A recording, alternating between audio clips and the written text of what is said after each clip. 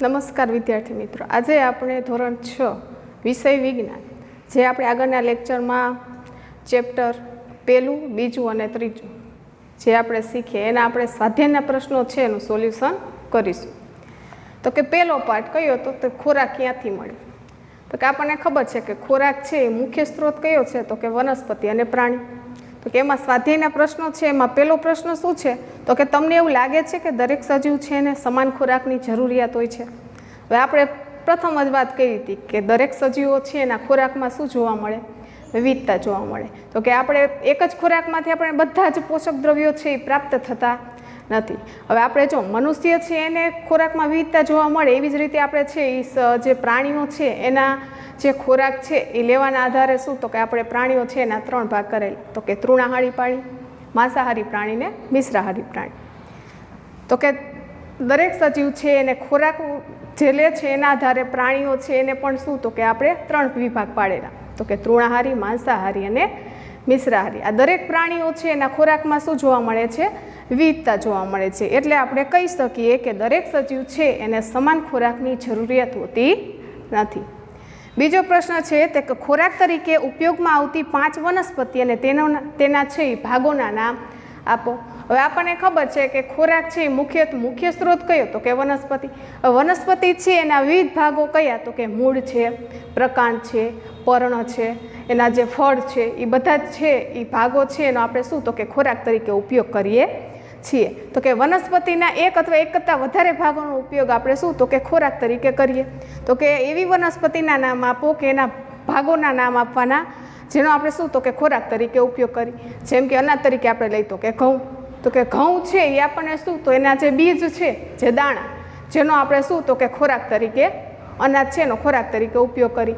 એવી રીતે આપણે શાકભાજીમાં લઈએ તો કે મૂળા. તો કે મૂળા છે એના આપણે પર્ણ છે એનો આપણે શું તો કે શાકભાજીમાં ભાજી તરીકે ઉપયોગ કરી. તેમજ એના જે મૂળ છે એ મૂળનો ઉપયોગ તો કે વનસ્પતિના એક અથવા એક કરતાં વધારે ભાગોનો ઉપયોગ આપણે શું તો કે ખોરાક તરીકે કરીએ છીએ. તો કે મૂળનો પણ ઉપયોગ કરશું અને તેના પર્ણનો ઉપયોગ પણ કરશું. તેવી જ રીતે વાત કરી તો કે ટામેટા. તો કે ટામેટા છે એ વનસ્પતિનો કયો ભાગ છે તો કે ફળ. એવી રીતના આપણે લઈ તો કે આંબલી. તો કે આંબલી છે એ વનસ્પતિનો કયો ભાગ છે તો કે ફળ. એવી રીતના જુદી જુદી જે વનસ્પતિઓ છે એના વિવિધ ભાગોનો ઉપયોગ અથવા એક કરતાં વધારે ભાગોનો ઉપયોગ છે આપણે ખોરાક તરીકે કરીએ છીએ. તેવી જ રીતે ત્રીજો પ્રશ્ન છે આપણને 2 કોલમ આપેલી છે. કોલમ એ એમાં શું તો કે વિવિધ વાનગીઓ આપેલી છે. એ આપણને શેમાંથી પ્રાપ્ત થાય છે એ કોલમ કેમાં આપેલું છે, બીમાં આપેલું છે. જેમ કે દૂધ, દહીં, પનીર અને ઘી. તો એ શું છે તો કે બીજા પ્રાણીઓ ખાય, વનસ્પતિ અને તેની પેદાશ છે, શાકભાજી છે કે બધી જ પ્રાણીઓ પેદાશ છે. તો કે દૂધ, દહીં, પનીર અને ઘી છે એ બધી શું તો કે પ્રાણી જ પેદાશો છે. તેવી જ રીતે પાલક, ફ્લાવર અને ગાજર આ બધું શું છે તો કે શાકભાજી છે. તેમજ તો કે સિંહ અને વાઘ. તો સિંહ અને વાઘ છે એ શું છે તો કે સિંહ અને વાઘ છે એ શું તો કે બીજા જે નાના પ્રાણીઓ છે એને ખાઈને શું તો કે પોતાનો ખોરાક મેળવે છે. તેમજ તો કે તૃણાહારી પ્રાણી. તો કે તૃણાહારી પ્રાણી કોને કહેશું તો કે જે પ્રાણીઓ છે એ વનસ્પતિ તેમજ વનસ્પતિ પેદાશનો ખોરાક તરીકે ઉપયોગ કરે તો કે તેવા પ્રાણીઓને તૃણાહારી પ્રાણીઓ કહેવાય. તેમજ માંસાહારી પ્રાણીઓ તો કે જે પ્રાણીઓ છે એ બીજા નાના પ્રાણીઓને ખાય એને કેવા કહેવાય તો કે પ્રાણી જ પેદાશો ખાય તો એને કેવા કહેવાય તો કે માંસાહારી પ્રાણીઓ. તેમજ તો કે મિશ્રાહારી પ્રાણી. તો કે જે વનસ્પતિ પેદાશ ખાય અને પ્રાણી જ પેદાશ ખાય તો એવા જે પ્રાણીઓ છે એને કેવા કહેશું, મિશ્રાહારી પ્રાણીઓ કહેશું. તો કે તૃણાહારી પ્રાણીઓ. તો કે તૃણાહારી પ્રાણીઓ છે એ ફક્ત વનસ્પતિ અને તેની પેદાશો જ ખાય છે. હવે પ્રશ્ન નંબર 4 છે અહીંયા શું તો કે આપણને ઉપર કોષ્ટક છે એમાં આપણને વિવિધ નામો આપેલા છે. એના આધારે આપણે શું તો કે ખાલી જગ્યા છે એ પૂરી કરવાની છે. પેલી ખાલી જગ્યા શું છે તો કે વાઘ છે એ માત્ર માંસ ખાય. તો કે જે પ્રાણીઓ માત્ર શું ખાતા હોય, પ્રાણી તેમાં પ્રાણી પેદાશ અથવા માંસ ખાય તો વાઘ છે એ માત્ર માંસ ખાય એટલા માટે તે કેવું પ્રાણી કહેવાય તો કે માંસાહારી. ઉપર કોષ્ટકમાં આપણને આપેલું છે એમાંથી આપણે યોગ્ય વિકલ્પ છે એ પસંદ કરીને આપણે શું ખાલી જગ્યા પૂર્ણ કરવાની છે. તો કે હરણ છે એ માત્ર શું ખાય તો કે વનસ્પતિ જ પેદાશ ખાય છે માટે તેને આપણે કેવું પ્રાણી કહીશું, તૃણાહારી પ્રાણી કહીશું. તો તો કે પોપટ છે એ ફક્ત શું ખાય? પોપટ છે એ ફક્ત ખાલી જગ્યાની પેદાશ ખાય છે. આપણે વાત કરીશું કે પોપટ છે એ ફક્ત શું ખાય છે? તો કે વનસ્પતિ જ પેદાશ ખાય. આપણે જે ખાલી જગ્યા પીએ છીએ, જે ગાય, ભેંસ અને બકરીમાંથી મળે છે તે પ્રાણી જ પેદાશ છે. તો આપણે શું પીએ? તો કે દૂધ પીએ છીએ, એ આપણને કેમાંથી મળે? તો કે ગાય, ભેંસ અને બકરીમાંથી મળે છે.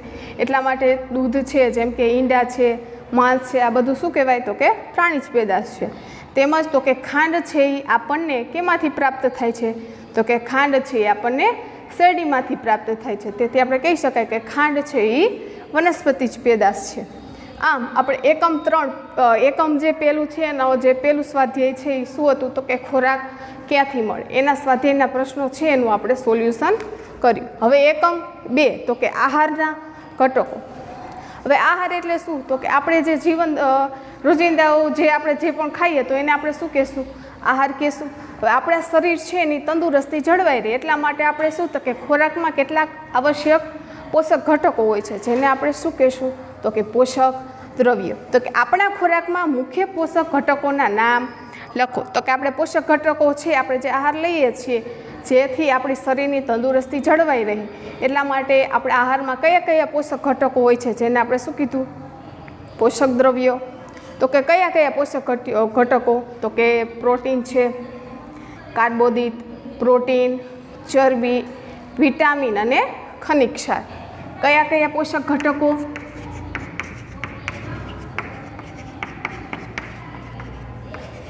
કાર્બોદિત, પ્રોટીન, ચરબી, વિટામિન, ખનિજ ક્ષાર. આ જે છે આપણે ખોરાક લઈએ એમાં આવશ્યક ઘટકો છે. આ ઉપરાંત આપણે શું? તો કે કયા પોષક ઘટકોની જરૂર છે? જેમ કે પોષક રેસા અને પાણી. પોષક રેસા છે એને આપણે શું કહેશું? વૃક્ષાંશ પણ કહેશું. શું કીધું છે? આપણા ખોરાકમાં મુખ્ય પોષક ઘટકોના નામ લખો. તો ખોરાકમાં કયા કયા પોષક ઘટકો હાજર હોય છે? તો કે કાર્બોદિત, પ્રોટીન, ચરબી, વિટામિન, ખનિજ ક્ષાર. આ ઉપરાંત તો કે પોષક એટલે પાચક રેસાઓ, પાચક રેસા અને પાણી. તો પાચક રેસાને બીજું આપણે શું કહેશું?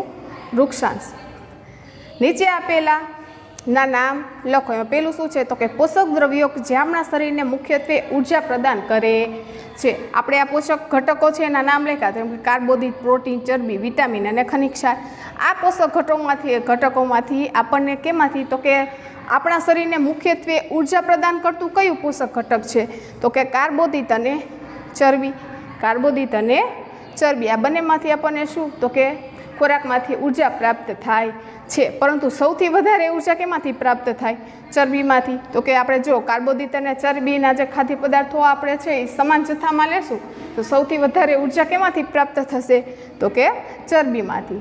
તો કે પોષક દ્રવ્યો કે જે આપણા શરીરને મુખ્યત્વે શું? તો કે ઉર્જા પ્રદાન કરે છે એવા કયા? તો કે કાર્બોદિત અને ચરબી. આ બંનેમાંથી આપણને શું પ્રાપ્ત થશે? આ બંનેમાંથી ઉર્જા પ્રાપ્ત થશે. એમાં સૌથી વધારે કેમાં ઉર્જા પ્રાપ્ત થશે? ચરબીમાંથી. પોષક દ્રવ્યો કે જે આપણા શરીરની વૃદ્ધિ અને સમારકામ માટે જરૂરી છે એવા પોષક દ્રવ્યોનું નામ આપો કે શરીરની શું થાય? વૃદ્ધિ અને વિકાસ માટે કયું પોષક દ્રવ્ય જરૂરી છે? તો કે પ્રોટીન.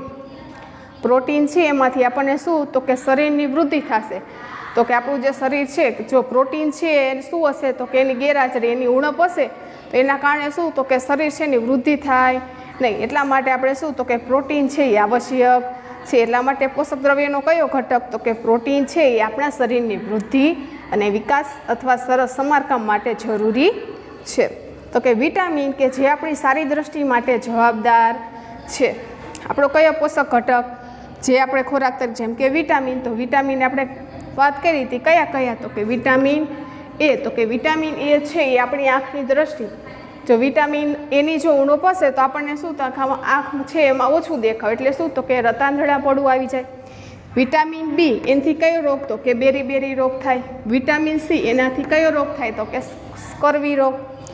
જેમ કે દાંત છે એમાં શું તો કે પેઢામાં લોહી નીકળવું છે. વિટામિન સી છે એની ઉણપથી થાય. વિટામિન ડી જેમ કે સુક્તાન રોગ એટલે શું તો કે નાના બાળકો છે એને પગ છે એનું શું તો કે વળી જવું, જે વિટામિન ડી છે એની ઉણપથી થાય.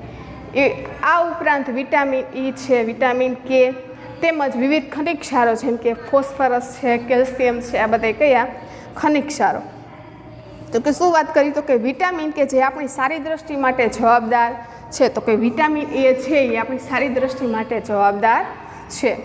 તેમજ ખનિજ કે જે હાડકાં માટે આવશ્યક છે. આપણે ખનિજની વાત કરી તો બીજા કયા ખનિજની વાત?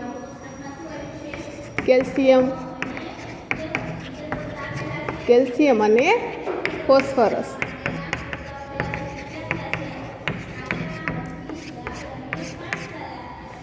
આ બે ખનિજ ક્ષારો છે જે આપણા હાડકાં માટે આવશ્યક છે.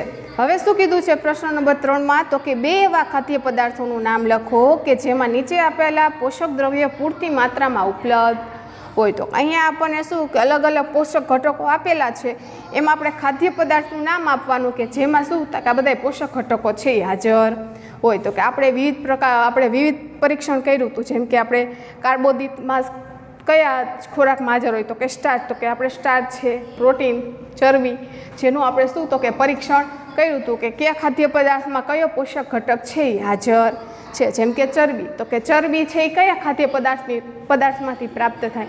જેમ કે દૂધ છે, ઘી છે, માંસ છે, ઈંડા છે, આ બધામાંથી આપણને શું તો કે ચરબી છે એ પ્રાપ્ત થાય. જેમ કે સ્ટાર્ચ છે એનું પરીક્ષણ જેમ કે ચોખા છે, બટાકા છે, આ બધામાંથી આપણને શું પ્રાપ્ત થશે? સ્ટાર્ચ. તેમજ તો કે પાચક રેસા, તો મોસ્ટ ઓફ આપણને પાચક રેસા છે એ વનસ્પતિ જ પેદાશમાંથી મળે. તો કે વનસ્પતિમાંથી શું પ્રાપ્ત થાય? જેમ કે ફળ છે, લીલા પાંદડાવાળા બધા શાકભાજી છે, એમાંથી આપણને શું તો કે પાચક રેસા પ્રાપ્ત થાય. જેમ કે પ્રોટીન, તો પ્રોટીન છે આપણને કેમાંથી મળે? તો કે પ્રોટીન છે એ મોસ્ટ ઓફ બધા જ કયા? તો કે કઠોળ. તો કઠોળમાંથી આપણને પ્રોટીન મળે. તેમજ જેમ કે દૂધ છે, ઈંડા છે, આ બધામાંથી આપણને શું મળશે? પ્રોટીન. પ્રશ્ન નંબર 4, તો કે નીચે આપેલામાંથી સાચા વિધાનો સામે સાચાની નિશાની કરો. જેમ કે પહેલું, માત્ર ભાત જે ચોખા છે એ ખાવાથી આપણે આપણા શરીરની પોષક આવશ્યકતાઓ છે એ પૂરી કરી શકીએ? શું આપણે દરરોજ ભાત જ ખાઈશું તો આપણને શું એમાંથી બધા શરીર માટે જરૂરી બધા જ પોષક ઘટકો છે એ પ્રાપ્ત થશે? તો કે ના. તો કે ત્રુટિજન્ય રોગોનો અટકાવ છે એ સમતોલ આહાર ખાવાથી થઈ શકે? તો કે હા. તો કે ત્રુટિજન્ય જે રોગો થાય, જે આપણે શું તો કે જે પોષક ઘટકોના આપણે લાંબા સમય સુધી ત્રુટિ અભાવ હોય એના કારણે આપણને શું તો કે ત્રુટિજન્ય રોગો થાય. એના કારણે આપણે શું લેવો જોઈએ? તો કે સમતોલ આહાર. એટલા માટે ત્રુટિજન્ય રોગો છે એનો અટકાવ કરવા માટે આપણે સમતોલ આહાર લેવો જોઈએ. શરીર માટે સમતોલ આહારમાં વિવિધતાસભર ખાદ્ય પદાર્થો હોવા જોઈએ? તો કે હા. તો કે અહીંયા શું આપણે રાઈટ કરવાનું? તેમજ શરીરને બધા જ પોષક દ્રવ્યો ઉપલબ્ધ કરવા માટે માત્ર માંસ છે એ પર્યાપ્ત છે? તો કે ના. તો કે માંસ આપણે ખાવાથી શરીરના બધા જ પોષક ઘટકો છે એ પ્રાપ્ત થતા નથી. એટલા માટે શરીરને બધા જ પોષક દ્રવ્યો છે એ ઉપલબ્ધ કરવા માટે માત્ર માંસ છે એ પર્યાપ્ત નથી. નીચેની જે ખાલી જગ્યાઓ છે એ ખાલી જગ્યા પૂરી કરવાની છે. આપણે અલગ અલગ છે એ તો કે વિટામિન છે, તો કે ખાલી જગ્યા વિટામિન ડીની ઉણપથી થાય છે. કયો રોગ છે એ વિટામિન ડીની ઉણપથી થાય? તો કે સુક્તાન જે રોગ છે, શું તો કે હાડકાં છે એનું શું થઈ જવું? વળી જવું. એ કયો રોગ? તો કે વિટામિન ડી છે એની ઉણપથી થાય છે. આની પૂર્તિ કરવા માટે આપણને આપણા જે શરીર છે એ સૂર્યપ્રકાશની હાજરીમાં શું તો કે વિટામિન ડી બનાવે. એટલા માટે વિટામિન ડી કયું? તો કે ડીની ઉણપથી આપણને કયો રોગ થાય છે? સુક્તાન રોગ. ખાલી જગ્યાની તૂટીથી બેરી રોગ થાય? તો કે વિટામિન બી છે એની ઉણપથી બેરી રોગ થાય છે. તો કે વિટામિન સીની ત્રુટિથી ખાલી જગ્યા રોગ થાય છે? તો કે વિટામિન સી છે એની ઉણપથી કયો રોગ થાય? તો કે સ્કર્વી નામનો રોગ થાય છે. તો કે આપણા આહારમાં ખાલી જગ્યાના અભાવથી રતાંધળા પડવું થાય છે?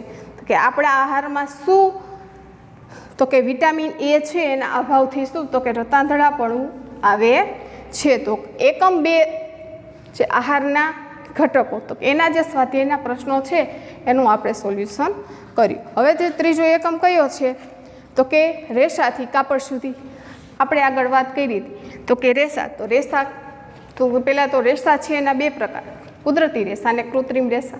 તો કે કૃત્રિમ રેસા જેને આપણે કયા બીજા નામથી ઓળખશું તો કે સંશ્લેષિત રેસા, સિન્થેટિક રેસા, આ બધાને આપણે શું તો કે કૃત્રિમ રેસા પણ કહી શકાય. તો કે કુદરતી રેસા છે આપણને કેમાંથી મળે તો કે વનસ્પતિઓમાંથી તેમજ પ્રાણીઓમાંથી, અને સિન્થેટિક રેસા છે એ માનવીઓ છે એ રાસાયણિક પદાર્થોનો ઉપયોગ કરીને સિન્થેટિક અથવા કૃત્રિમ રેસાઓ છે એ બનાવે છે. તો અહીંયા આપણને શું તો કે કુદરતી રેસા અને કૃત્રિમ રેસા બંને છે એ મિક્સ આપેલા, એને આપણે શું કરવાનું છે, વર્ગીકૃત કરવાનું છે. તો શું છે તો કે નાયલોન, ઊન, સૂતર, રેશમ, પોલિએસ્ટર અને શણ, આ જે છે એને આપણે શું તો કે કુદરતી રેસા અને કૃત્રિમ રેસામાં વર્ગીકરણ કરવાનું છે. તો આપણે વાત કરીએ તો કે વનસ્પતિ અને પ્રાણીમાંથી મળતા હોય એવા રેસાને કેવું કહેવાય, કુદરતી રેસા. તો કે વનસ્પતિમાંથી આપણે બે રેસા જોયા હતા, કયા તો કે કપાસ અને શણ, તેમજ પ્રાણીમાંથી તો કે ઊન અને રેશમ. આ જે છે એ કયા છે તો કે કુદરતી રેસા. તો આમાંથી ઊન જે છે એ આવશે કુદરતી રેસા, તેમજ સૂતર છે એ આવશે કુદરતી રેસા, તેમજ શણ જે કયા છે કુદરતી રેસા. બીજા કયા તો કે નાયલોન છે, પોલિએસ્ટર છે, એક્રેલિક છે, આ બધા કયા થશે તો કે કૃત્રિમ અથવા સિન્થેટિક રેસા. નીચે આપણને વિધાનો આપેલા છે, આ જે વિધાનો છે એ ખરા છે કે ખોટા તે કહો. હવે પેલું તાતણા છે એ રેશમમાંથી બનાવાય છે. તો કે આપણે જે છે એ કપાસના રેસા બનાવવાની આપણે પ્રક્રિયા જોઈ હતી. તો કે જેમાં આપણે શું જોયું હતું કે કપાસના જથ્થામાંથી આપણે જે છેડેથી આપણે શું કરશું તો કે આમ રેસા આપણે ખેંચશું તો કે આપણને શું તો કે કપાસના રેસા પ્રાપ્ત થાય. એ રેસામાંથી શું તો કે હાથના વટ વડે આપણે વટ ચડાવીએ એટલે શું આપણને મળશે તો કે તાતણા પ્રાપ્ત થાય. તો એ તાતણા છે આપણને રેશમમાંથી નહીં પરંતુ કેમાંથી પ્રાપ્ત થશે તો કે કપાસમાંથી બનાવાય છે. કાંતવું છે એ રેસા બનાવવાની ક્રિયા છે તો કે ના, તો કે કાંતવું છે એ શું તો કે તાતણા, તાતણા એટલે દોરા બનાવવાની ક્રિયા છે. નાળિયેરનું બહારનું આવરણ છે એ શણ છે તો કે ખોટું, ના. કપાસમાંથી બીજ દૂર કરવાની પ્રક્રિયા છે ને પીંજણ કહે છે તો કે હા. તો કે કપાસ છે આપણે એક ઝીંડવા જે હોય એમાંથી આપણે શું કપાસ મેળવી ચૂંટીને એ જે કપાસ છે એ કપાસના રેસા શું આપણને જોવા મળે, બીજ જોવા મળે, જેને આપણે શું કીધું હતું કપાસિયા. તો આ જે કપાસિયા છે દૂર કરવાની ક્રિયા છે એને આપણે શું કહેશું તો કે કપાસનું પીંજવું કહે છે. તો કે કપાસમાંથી બીજ દૂર કરવાની ક્રિયા છે એને પીંજણ કહે છે. તો કે તાતણાના વણાટ છે એનાથી કાપડ બને છે તો કે સાચું. વનસ્પતિના પ્રકાંડમાંથી રેશમના રેસા મેળવાય છે, ખોટું. આપણે જોયું હતું કે શણના જે રેસા છે એ વનસ્પતિના પ્રકાંડમાંથી મળે છે, તેમજ રેશમ છે એ રેશમના કીડામાંથી જે કોસેટો હોય એમાંથી પ્રાપ્ત થાય છે. પોલિએસ્ટર છે એ કુદરતી રેસા છે તો કે પોલિએસ્ટર છે એ કુદરતી રેસા નથી, પોલિએસ્ટર એ કૃત્રિમ રેસા છે. જો નીચે બે ખાલી જગ્યા આપેલી છે, જેમ કે વનસ્પતિના રેસા છે એ ખાલી જગ્યા અને ખાલી જગ્યામાંથી મળે છે. તો કે વનસ્પતિના રેસા કયા તો કે કપાસ અને શણ. બીજી ખાલી જગ્યા છે ખાલી જગ્યા અને ખાલી જગ્યા છે એ પ્રાણી જ રેસા છે તો કયા, જેમ કે ઊન અને રેશમ છે એ પ્રાણી જ રેસા છે. હવે શું કીધું છે, જેમ કે કપાસ અને શણને વનસ્પતિના કયા ભાગમાંથી મેળવાય છે તો કપાસના રેસા છે એ આપણને ઝીંડવા, તો ઝીંડવા છે એ કપાસના છોડનો કયો ભાગ થયો, ફળ, તો કે ફળમાંથી પ્રાપ્ત થાય. અને શણ છે એ વનસ્પતિના પ્રકાંડમાંથી પ્રાપ્ત થાય. એટલા માટે કપાસ છે એ કપાસના છોડના ફળમાંથી મળે અને શણ છે એ વનસ્પતિના પ્રકાંડમાંથી મેળવવામાં આવે છે. નાળિયેરના રેસામાંથી બનતી કોઈ પણ વસ્તુ છે એના નામ આપો. તો કે નાળિયેરી છે એનું બહારનું જે રેસા છે એમાંથી આપણે શું બનાવી શકાય તો કે પગલું છણિયા છે, પછી કાથીની દોરી છે, આ બધું જે છે એ શું તો કે નાળિયેરી છે એના રેસામાંથી બનાવી શકાય છે. તેમજ રેસામાંથી તાતણા બનાવવાની ક્રિયા વર્ણવો. પહેલાં આપણે શું કરશું તો કે વનસ્પતિ આપણે શું કપાસનો છોડ વાવ્યો, પછી શું તો કે એમાંથી આપણને ઝીંડવા મળે, એ ઝીંડવા છે એ પરિપક્વ થઈ જાય પછી એમાંથી શું આપણને તો કે કપાસના રેસા સાથે આપણને શું તો કે બીજ જોવા મળે. તો કે એ જે બીજ દૂર કરવાની ક્રિયા જે છે એને શું કહેવાય છે, કપાસ છે એનું રૂ છે એનું શું કહે છે, પીંજવું કહે છે. એમાંથી બીજ દૂર થઈ જાય એટલે આપણને શું મળ્યો, કપાસનો જે જથ્થો હોય એ કપાસના જથ્થામાંથી આપણે શું કરશું તો કે એને આપણે છેડેથી આપણે શું કરશું તો કે તાતણા જે રેસા છે બહાર કાઢીને વડ ચડાવશું, જેના કારણે આપણને શું જે તાતણા મળે છે તો કે એ જે તાતણા જે મળે છે તો કે કપાસના જે બીજ છે દૂર કરવાની ક્રિયાને શું કહે છે? રૂનું પીંજવું. તેમજ તો કે કપાસના રેસામાંથી જે તાતણા બનાવવાની ક્રિયા છે એને શું કહે છે? કાંતવું. તો એ કાંતવા માટે શું આપણે કયા સાધનનો ઉપયોગ કરશું? તો કે તકલી જેવા સાધન છે એનો ઉપયોગ થાય. આ ઉપરાંત આપણે ચરખાનો પણ ઉપયોગ કરીએ છીએ. આમ શું તો કે રેસામાંથી તાતણા બનાવી શકાય છે. અત્યારે તો આપણે શું તો કે વિવિધ મિલો છે એમાં વિવિધ પ્રકારના યંત્રો દ્વારા આપણે શું તો કે રેસામાંથી તાતણા બનાવી શકાય છે. આમ એકમ 1, 2 અને 3 જેના સ્વાધ્યાયના પ્રશ્નો છે એનું આપણે સોલ્યુશન કરીએ.